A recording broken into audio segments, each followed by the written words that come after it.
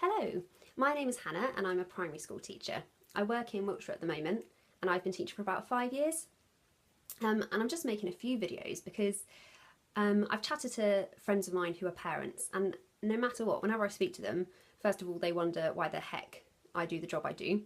And then they ask, why is it that school is so different to how it was when we were taught? You know, maths is different, English is different, children are learning stuff in ways that we didn't learn it, they're learning things we didn't used to learn, and it's just quite a different experience for them. And I have my friends say that as a parent, it's incredibly frustrating, and I can only imagine. Um, it's really frustrating if you're trying to help them with their homework. You've done an amazing job. You've managed to actually get them sitting down, which is a miracle in itself. You've got them so that they're pen in hand, ready to go, and then they're stuck. You don't know how to help them. You're saying something different to what we've said at school. You're cursing us because we've told them something that is completely odd. The children are cursing you because you're saying something that is, in their eyes, completely wrong, and it just ends in carnage. So I thought I'd make a few videos just to try to unpick some of the small chunks that we do in primary school, just to make some of those basics a little bit simpler at home, with the hope that it will just bring some sanity back to homework for parents, and a little bit of clarity for children and maybe even some other teachers. These videos, I will keep them child friendly, so you could play them with your children if it would be helpful. Otherwise, they're really for the sake of trying to shed a bit of light on this sort of strange new education that we have in primary schools for the sake of parents. I'll do my best to keep each video as short as possible because I think we'd all rather be having a glass of something fruity elsewhere, but hopefully they will be helpful. So I'm going to start with some maths. Today I'm going to have a look at really basic number stuff with some place value, and then I'll go on to some calculation in some other videos, and then I'll have a look at English another time. Okay, so place value. You may well be familiar with place value. We did it when I was at school. It's just a way of building numbers. So we use the headings of thousands, hundreds, tens, ones, or units as they were called back in my day. They go all the way up into infinity, and it's really simple. So it's we just build numbers like so.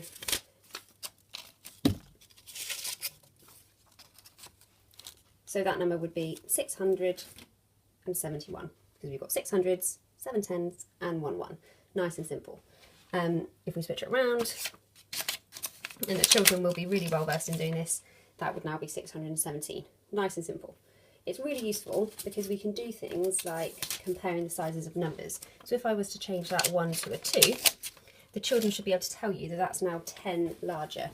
Or if I was to change the 6 to a 4, they should be able to tell you that that is now 200 less. So it's a great way of comparing numbers and also of adding and subtracting, which we'll come to in another video. Another thing it's great for is if we want to times or divide by 10 or 100 or 1,000. So we would shift the digits along and then add in zeros to fill those gaps. But again, I will do another video to explain that concept in more detail. It's not just whole numbers, it goes down into decimals as well. So as children sort of get older, as well as having your hundreds, tens and ones, you then start to look at tenths, hundredths, thousandths, which then has loads of sort of correlations to fractions and things like that. So this number would then be 4,270.5, and the children would know that the 5 represents 5 tenths. And we would talk to them about what a tenth was, how it was 1/10 of one whole and things like that. I'll explore decimals as well in more detail another time. So for now then, let's have a look at some place value counters, because we often use counters to make it simpler. It can make it really visual. So let's have a look at that.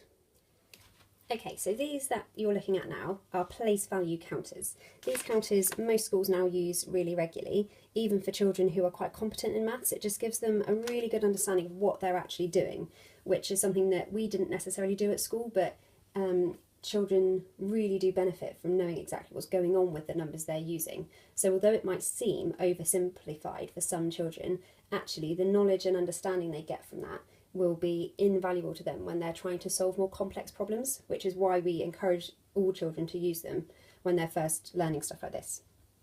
So this number here would be, I've got 3 in the hundreds column, so 300 8 in the tens, 80, 381. So I've got 381. And it's really simple to build numbers like that. I could do simple subtraction, so I could take that away and make that a 7 and things like that. But what the counter has become really helpful for is when we want to do addition, which is going to result in the columns shifting a little bit. So if I wanted to add on an extra 40 into the tens column, so I want another 4 tens to go on. The problem with trying to add on 4 tens into this column is that I've currently got 8. If I try to add on another 4, that's going to be 12 in that column. Now I can't have a 2-digit number in each column, it can only be 1 digit, otherwise it's going to shift up into the next column. So we would do an exchange, and children by upper key stage 2 would be sort of really familiar with how to do an exchange like this. So they would take 10 of the tens, so a group of 10. The whole system is base 10, so it all works in groups of tens. So I take 10 away, so 5, 6, 7, 8, 9, 10. And for those 10 tens, I would exchange it for 100.